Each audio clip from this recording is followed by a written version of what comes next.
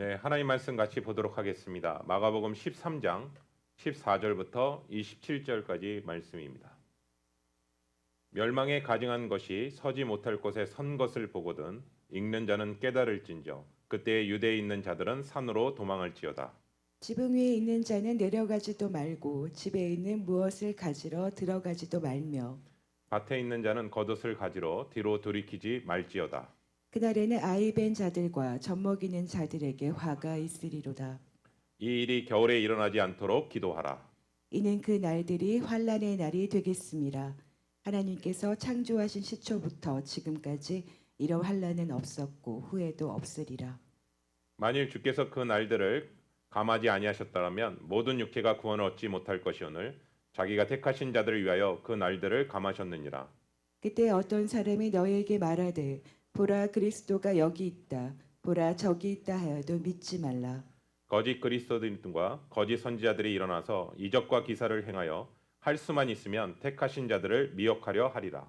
너희는 삼가라 내가 모든 일을 너희에게 미리 말하였노라.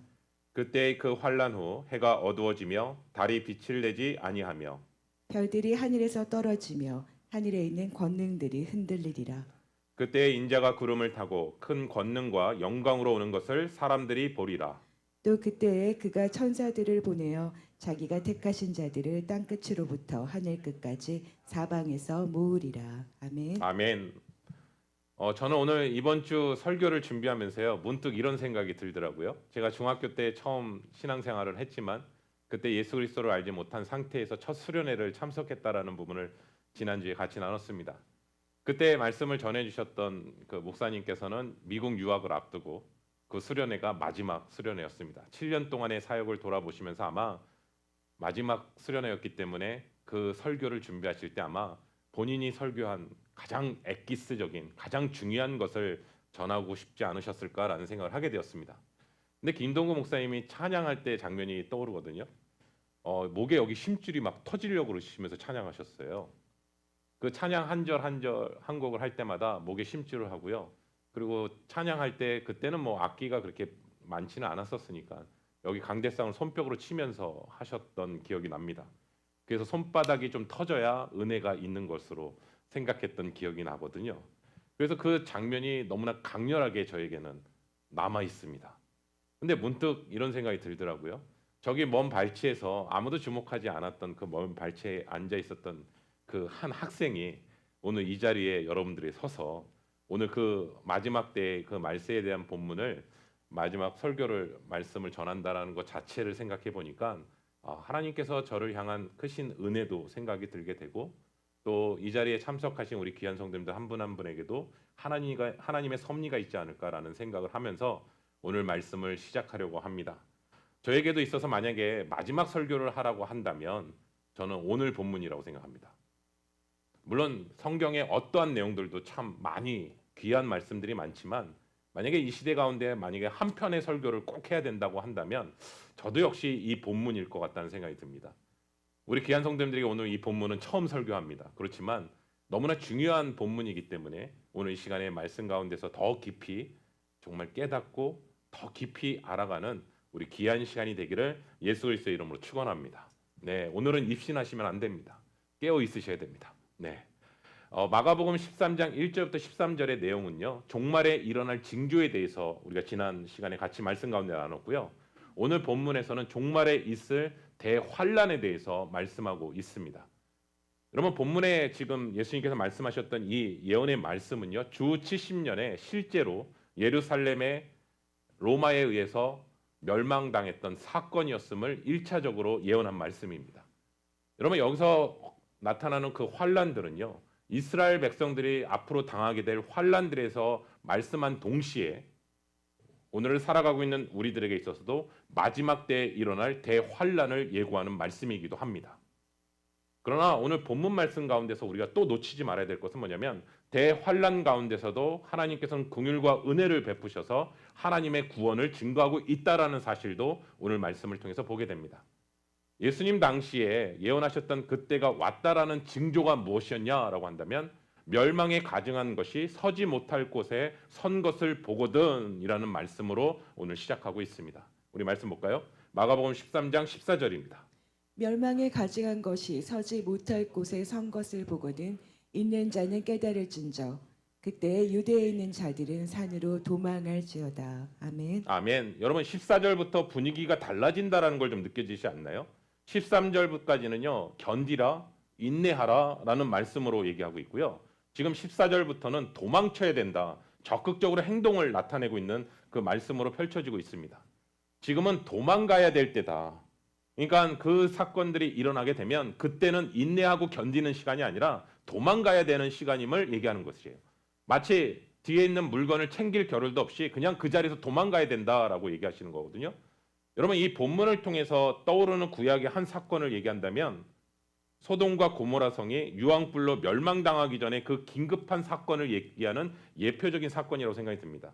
천사들은 롯에게 빨리 급하게 가족들과 함께 도망가라고 얘기하거든요. 근데 롯과 가족들은 주체하거든요. 멈칫멈칫하면서 움직이지 못하는 상황에서 천사들이 강권해서 내쫓이거든요. 그 상황 속에서 지나고 나자마자 바로 하늘에서 유황불이 쏟아지면서 소돔과 고모라 성이 멸망당하는 장면으로 펼쳐지게 됩니다. 여러분 만약에 그 구약에 있었던 소돔과 고모라 성의 멸망의 사건을 오늘날 시대로 한번 적용한다면 만약에 핵폭탄이요. 휴스턴을 향해서 날아온다는 소문이 터졌어요. 만약 뉴스가. 그러면 이 자리에 계신 분들 중에 가만히 계실 분은 아무도 없을 것 같은데요. 아마 아수라장이 될 것 같아요. 최대한 휴스턴을 떠나려고 다 발버둥 치면서 막 움직이려고 하는 상황이 펼쳐지지 않을까요? 그 상황에서 내가 뭔가 뭘 더 챙겨야지가 아니라 그 자리를 일단 피해야 된다라는 그 생각에 아마 모든 도로는 다 막힐 거라고 생각이 듭니다. 예수님께서 예루살렘에 임박할 환란에 대한 그 부분들을 얘기할 때 급박하다 지금은. 그리고 철저하게 멸망이 일어날 것이라는 것을 오늘 본문 말씀을 통해서 얘기합니다. 실제로 주 70년에 이 사건이 터지게 되는데 역사학자 요세푸스는요. 그 당시 예루살렘에 대한 로마 군인이 포위했던 상황에 대해서 역사학자로서 이렇게 기록하고 있습니다. 예루살렘 성전이 파괴될 때 유대인들만 11만 명이 죽습니다. 그리고 9만 7천 명 정도가 포로로 끌려갑니다. 근데 더 잔인한 건 뭐냐면 로마 군대가요. 죽은 그 유대인들의 시체들의 배를 다 갈랐대요. 일일이. 왜냐하면 유대인들이 도망을 가면서 자신의 보석들을 입에다 넣은 거예요. 삼킨 거예요. 근데 그게 소문이 또 퍼진 거예요. 로마 군인한테. 그래서 그 죽은 사람들의 시체를 다 배를 가려는 거예요. 거기서 보석을 찾기 위해서요. 여러분 한번 이 장면을 좀 생각해보면 굉장히 끔찍하지 않나요? 그리고 11만 명으로 죽은 게 아니라 그 당시에는 거기서 끝난 게 아니라 전염병이 유행했겠죠. 당연히 시체를 통해서 전염병들이 퍼져나가겠죠. 그러다 보니까 기아 상태에 빠진 사람들이 자기 자식을 죽여서야만 먹고 살 수 있는 상황들이 펼쳐지는 거예요. 그러니까 자기 자식들 죽이기 시작하는 거예요. 살기 위해서요. 그리고 로마 군사에 의해서 내가 죽느니 차라리 같은 유대인끼리 죽는 게 낫다. 이방인의 손에 죽기보다는 서로 간에 죽이자 그래서 서로 간에 칼로 찌겨서 죽였다라는 거예요. 이런 상황들이 펼쳐지고 있었다라는 거예요. 그런데 여러분 이러한 비극적인 상황이 일어나기 전에 예수님께서 예언을 하셨잖아요. 오늘 본문 말씀에. 대환란이 일어나는 그 장면 속에서 미리 예수님께서 예언하셨는 게 뭐냐면 멸망에 가증한 것이 서지 못할 곳에 선 것을 보거든 이라고 분명히 말씀하셨거든요. 근데 이러한 일을 보고도 미처 도망치지 못한 자들에 대한 심판이 얼마나 컸는지를 19절서부터 쭉 얘기하는 거예요. 그 장면을 봤음에도 불구하고 도망치지 않은 사람들도 많았거든요.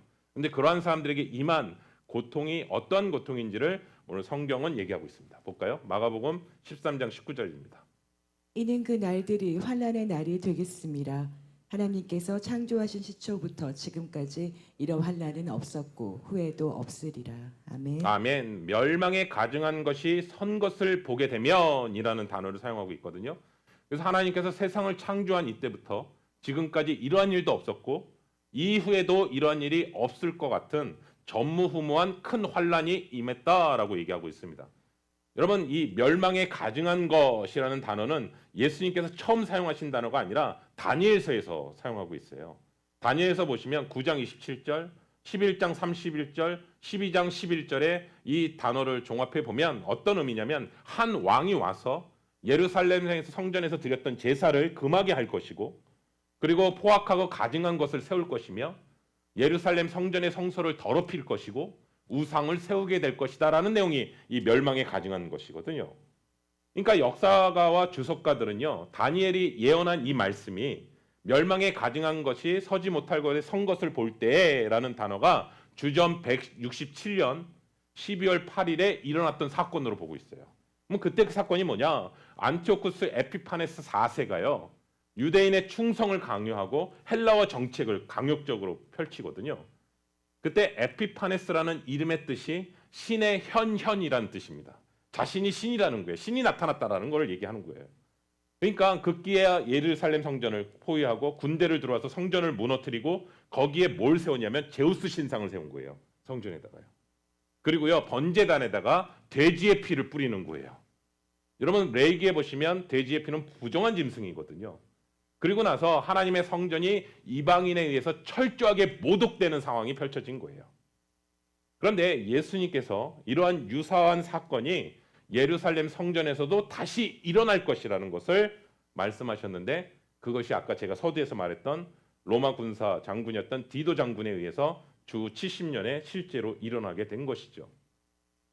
로마 군대가 예루살렘을 침공하고 결국 무너뜨렸는데 역시 동일하게 로마 군대, 로마의 상징이 뭐냐면 독수리 깃발이었거든요. 그것을 성전에 딱 꽂았고요. 그리고 이교도의 제사를 드렸고요. 그 성전에서. 그리고 예루살렘 성전을 불태우고 완전히 무너뜨립니다. 예수님께서 말씀하셨던 것처럼 돌 위에 돌 하나도 남기지 않고 처절하게 무너뜨린 사건인 것이죠. 여러분 오늘 이 말씀을 같이 나누면서 이 예언은 마지막에 대한 예언이기도 하고 우리도 혹시라도 가증한 것이 거룩한 곳에 선 것을 본다면 그것은 교회 중심이 있는 가증한 것이 교회 중심에 서 있는 것이 보여진다면 그때는 도망쳐야 된다는 거예요. 겉은 교회지만 그곳에 하나님이 없고요. 예배를 드린다고 하지만 사실은 사단을 숭배하는 것과 같은 교회도 있기 때문에 그렇습니다. 최근에 방영한 나는 신이다라는 그 이단 교주들이 바로 그러한 케이스들의 모습이죠. 만약 그러한 교회를 다니고 있다면 도망쳐야 되는 것이죠. 우리 계속해서 말씀 볼까요? 마가복음 13장 15절부터 19절입니다. 지붕 위에 있는 자는 내려가지도 말고 집에 있는 무엇을 가지러 들어가지도 말며 밭에 있는 자는 겉옷을 가지러 뒤로 돌이키지 말지어다. 그날에는 아이벤 자들과 젖먹이는 자들에게 화가 있으리로다. 이 일이 겨울에 일어나지 않도록 기도하라. 이는 그 날들이 환난의 날이 되겠습니다. 하나님께서 창조하신 시초부터 지금까지 이러한 날은 없었고 후에도 없으리라. 아멘. 아멘. 시초부터 지금까지라는 단어를 사용하거든요. 여기서 지금까지라는 단어는 예수 그리스도의 초림을 얘기하는 겁니다. 그러니까 성전이 이렇게 완전히 파괴된 적은 없었다라는 거예요. 여러분 우리가 좀 전에 구약 역사를 읽다 보면 바벨론에 의해서 무너졌었어요. 그런데 70년 후에 다시 되돌아와서 성전을 재건했었거든요. 그런데 이번에는 70년 차원이 아니라 2000년이란 세월 동안 이스라엘 나라는 사실 민족도 없었어요. 그리고 성전도 없었고요. 온 세상에 흩어져 버렸어요. 디아스포라. 완전히 흩어져 버렸다고요. 그리고 이런 환란은 2000년 동안 당한 민족은 없어요. 그리고 이스라엘 나라 역사가 정말 1948년에 기적적으로 다시 세워지게 되었어요. 그런데 완전히 파괴된 성전은요. 여전히 다시 세워지지 못하고 있고 지금도 그곳에는 황금 사원으로 불려지는 이슬람의 모스크 성전이 세워져 있어요. 아직도 성전이 세워지지 못했어요. 예수님은 이때 유대에 있는 자들은 산으로 도망가라라고 말씀하시거든요. 여러분 산은요. 전쟁이나 재난이 왔을 때 피난하는 곳이 피난처예요. 마치 구약 성경에 보시면 사울의 위협 속에서 다윗이 도망가거든요. 그때 아둘람 동굴로 숨게 되잖아요. 마치 그런 의미가 있어요. 그리고 지붕 위에 있는 자는 내려가지 말고 밖으로 나가라고 그러거든요.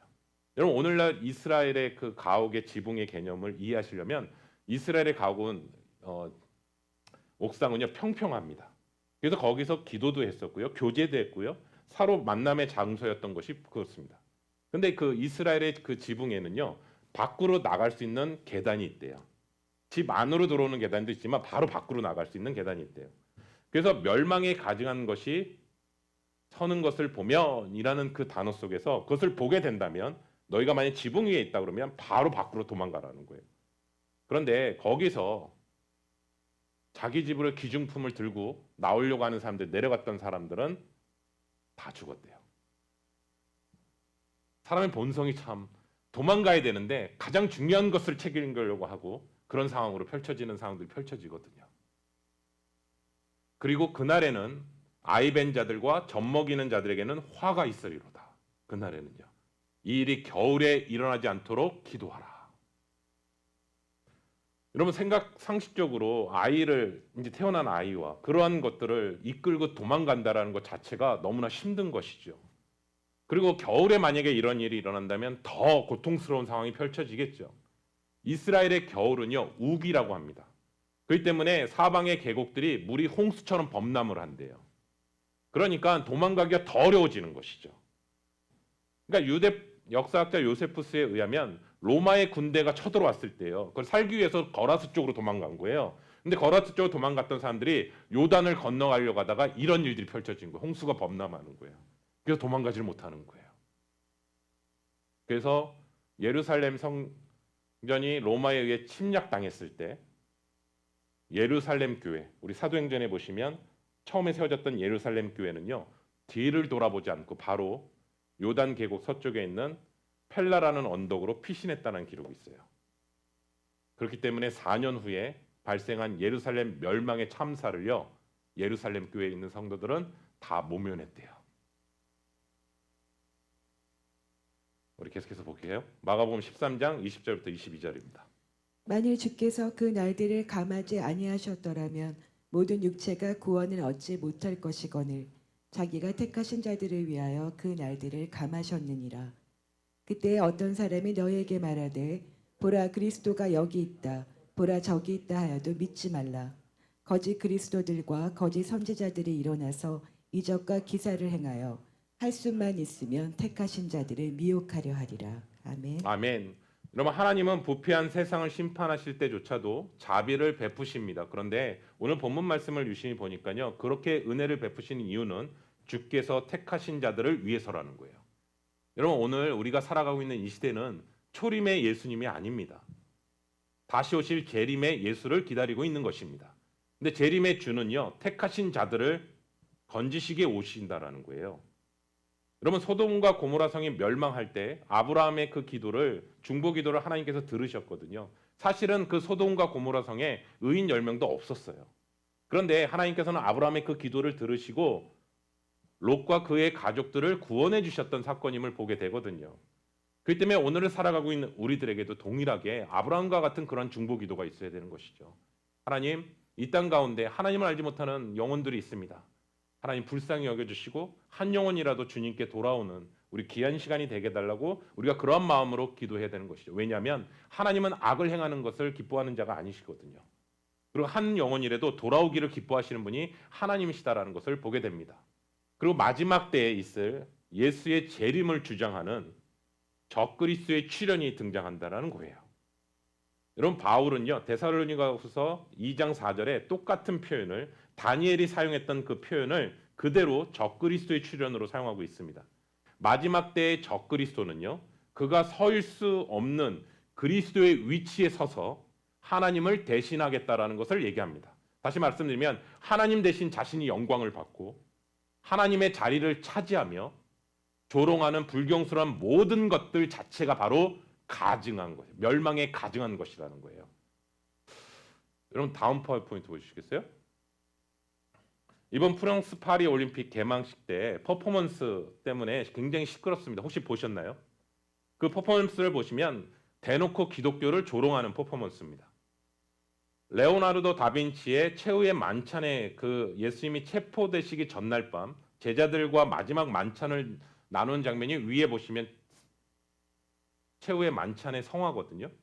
그런데 이번 올림픽 개막식에서요. 예수님과 12제자로 분장한 동성애자들이 이 최후의 만찬을요. 패러디한 거예요. 그냥 보기에도요. 해괴망측한 모습이고 옷차림을 한 드래그 퀸들이요. 음탕한 몸짓을 하며 테이블 주변에 서 있는 모습은요. 그냥 크리스찬들뿐만 아니라 넌 크리스찬조차도 무례함의 선을 넘었다라고 얘기하고 있습니다.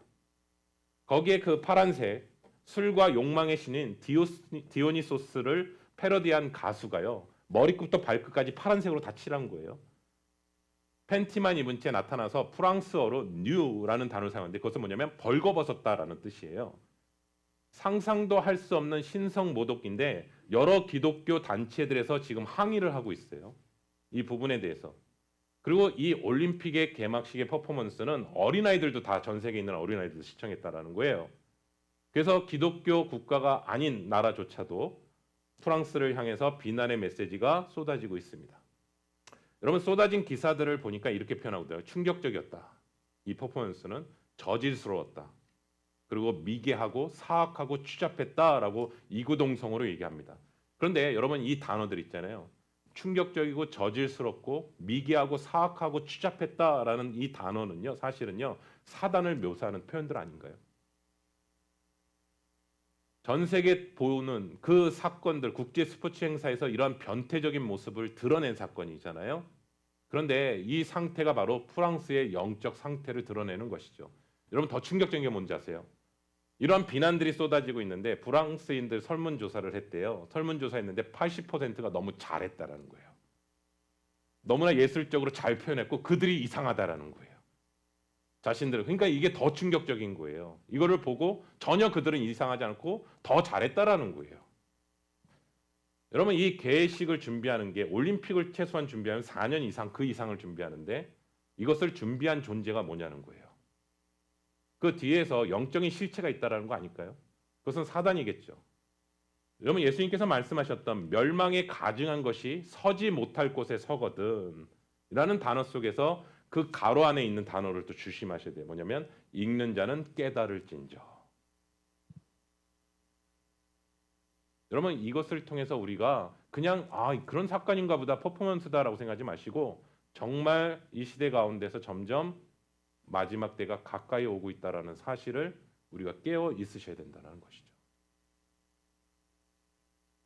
여러분 개막식에서 올렸던 동영상을 보니까요. 하나님을 대놓고 대적하는 출애굽기 32장의 금송아지를 모셔놓고 진행하더라고요. 그리고 맨 마지막에 그 장면 보셨나요? 강줄기에 따라 앙상한 기계로 된 말을 타고 얼굴을 볼 수 없는 한 사람이 등장합니다.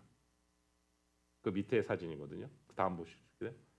여러분 이것은요. 요한계시록 6장의 한 장면을 패러디한 것으로 보입니다. 한번 볼게요. 요한계시록 6장 7절부터 8절입니다. 넷째 인을 떼실 때에 내가 넷째 생물의 음성을 들으니 말하되 오라 하기로 내가 보매 청황색 말이 나오는데 그 탄자의 이름은 사망이니 음부가 그 뒤를 따르더라.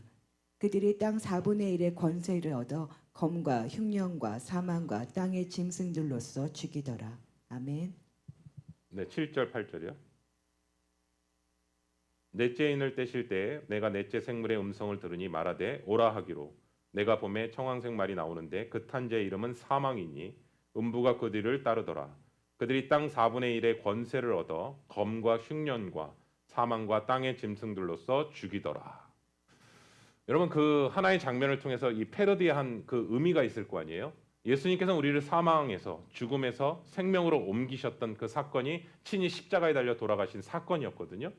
그런데 반대로 모든 사람들이 멸망당하기를 원하고 죽기를 바라는 것은 사단의 영이 주체한 게 아니라면 이런 일은 있을 수 없다라는 것이죠. 그리고 그 이어서요. 불타는 섬에서 존 레논의 이매진이라는 노래를 부르거든요. 근데 이 노래 가사를 한마디로 요약하면 이런 뜻입니다. 천국도 지옥도 없으니까 그냥 오늘을 즐기면 그만이고 종교가 없다면 평화가 있을 것이다. 이런 메시지의 노래를 부른 겁니다. 여러분 이 부분들에 대해서 그냥 그런 일이 스쳐 지나갔나 보다라고 생각하시면 안 되고요. 정말 그것을 깨어있게 보셔야 되는 것이죠.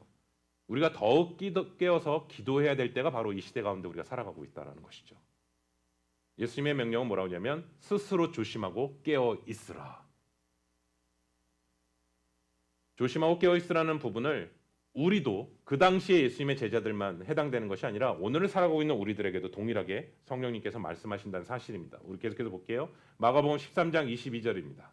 거짓 그리스도들과 거짓 선지자들이 일어나서 이적과 기사를 행하여 할 수만 있으면 택하신 자들을 미혹하려 하리라. 아멘. 아멘. 미혹에 당하지 않도록 주의하라는 뜻은 뭐냐면 여러분 거짓에 정말 속지 않으려면요. 진리를 알아야 속지 않는다고요.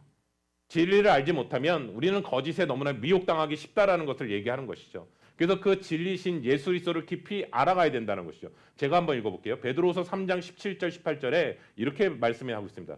그러므로 사랑하는 자들아 너희가 이것을 미리 알았은즉 무법한 자들의 미혹에 이끌려 너희가 굳센 데서 떨어질까 삼가라. 오직 우리 주 구주 예수 그리스도의 은혜와 그를 아는 지식에서 자라가라. 영광의 이제와 영원한 날까지 그에게 있을지어다. 여러분 그리스도를 아는 지식에 있어서 점점 자라가라고 말씀하고 계세요. 왜냐하면 미혹에 당하지 않으려면 그리스도를 아는 지식이 풍성해져야 되거든요. 그래서 거짓 그리스도들과 거짓 예언자들은 어떤 일을 행하기 때문이냐면 표징과 이적도 행한다고요. 데살로니가서 2장 9절에서는 이렇게 합니다. 종말에 나타날 불법한 자, 악한 자는요. 능력과 기적을 일으킨다고요. 여러분 계시록 13장에 보시면 땅에서 올라오는 짐승, 즉 거짓 선지자도요. 하늘로부터 불이 내려오는 이적을 행해서요. 하늘로부터 불이 내려오니까 사람들을 미혹하고 우상을 숭배하게 한다는 거예요.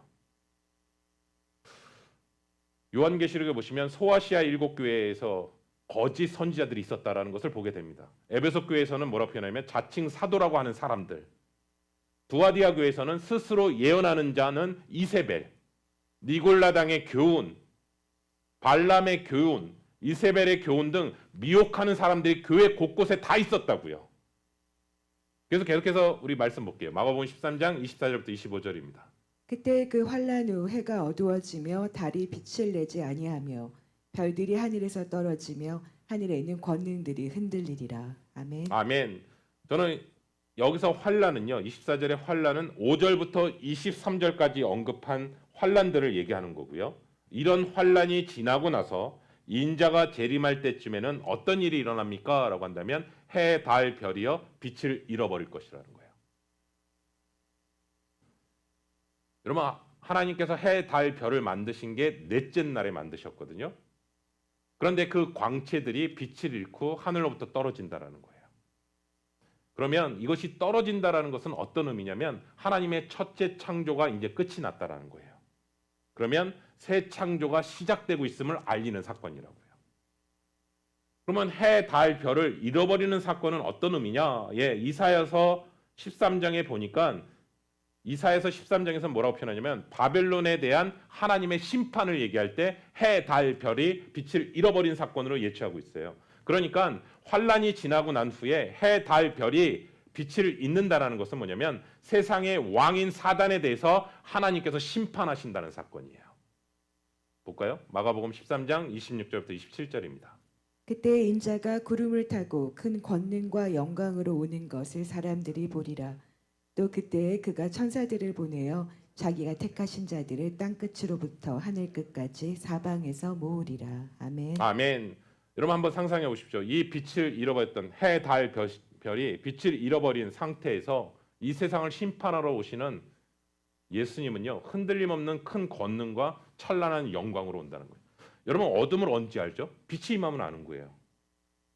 빛이 임하지 않으면 내가 어둠 속에 있는지도 잘 몰라요. 사실은요. 그런데 이때 인자는요. 예수님께서는 천사들을 보내 온 세상의 방방곳곳에 흩어집니다. 그래서 그때 택함 받은 자들, 예수님을 믿고 따르는 자들을 다 모을 것이라는 거예요. 네.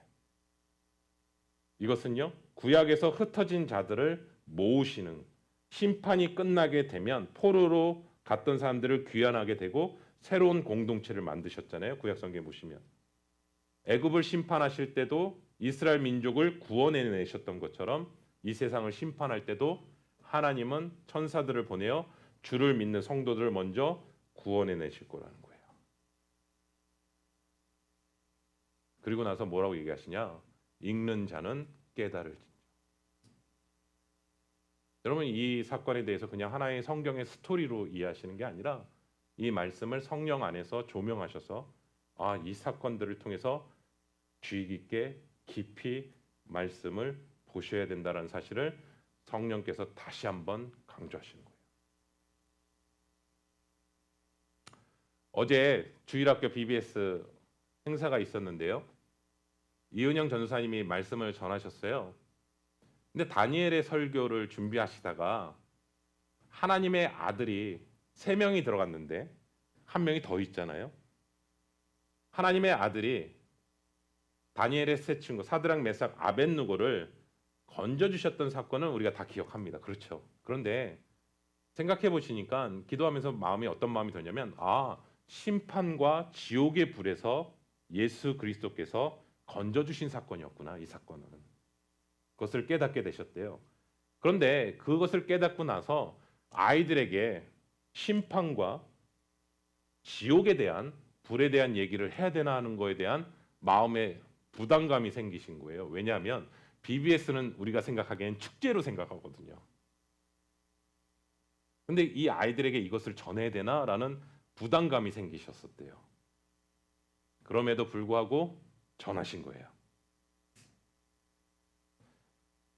그래서 심판과 지옥의 불에서 너희를 구원해 주실 예수 그리스도의 이름이 그 마음에 있는 사람들은 손을 들어봐라라고 얘기하셨거든요. 다 기억나시죠? 그래서 본인이 생각하기에는 어제 BBS에 참여한 아이들 중에 교회를 안 다니는 친구는 딱 1명이었어요. 예. 그래서 본인이 생각하기에도 너무 많이 다 당연히 손을 1명 빼고 1명 아이가 손을 들 거라고 당연히 생각하셨대요. 근데 너무나 당황스러운 건 뭐냐면 손을 드는 친구가 우리가 다 알다시피 소수였습니다. 근데 생각해 보니까 그렇게 생각이 들어요. 교회 다닌다고 해서 예수를 믿는 건 다 아니구나. 만약에 이 질문을 이렇게 바꿨다면 혹시 여기 다니는 아이들 중에 예수 그리스도를 믿는 아이들 손 들어봐 그랬으면 다 손 들었을 거예요 아마. 그 1명만 빼고.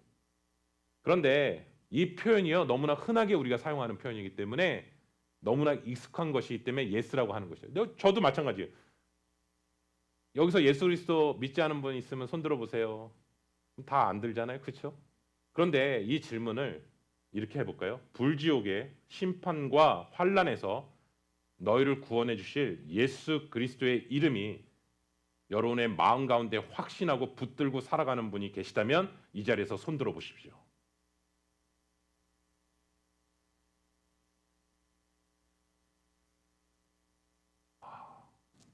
예수 그리스도를 향해서 지금은 막연히 알 때가 아니라 믿는 바가 분명해야 되고 우리를 사망에서 대환란 가운데서도 우리를 지키시고 우리를 끝까지 보호하시고 우리를 인도하시는 하나님 그 예수 그리스도의 이름을 부정하지 않고 끝까지 견디는 자는 구원을 얻으리라는 이 말씀이 오늘을 살아가고 있는 우리들에게 있어서도 다시 한번 진중하게 던져져야 될 질문이라고 생각합니다.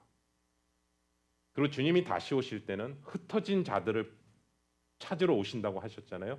아마 그 흩어진 자들은 여러 가지 상황 속에서 핍박과 환난과 어려움 속에서도 끝까지 배반하지 않고 주님을 붙드는 자들. 히브리서 기자가 얘기하는 뒤를 돌아보지 않고 끝까지 예수님을 향해 달려가는 그들을 향해서 주님은 오실 뿐만 아니라 그들을 찾으신다라는 사실을 오늘 말씀을 통해서 다시 한번 우리에게 전해줍니다. 사랑하는 성도 여러분, 지금은 어느 때보다 깨어 있어야 될 때입니다. 그리고 심각하게 우리 믿음을 한번 점검하셔야 됩니다.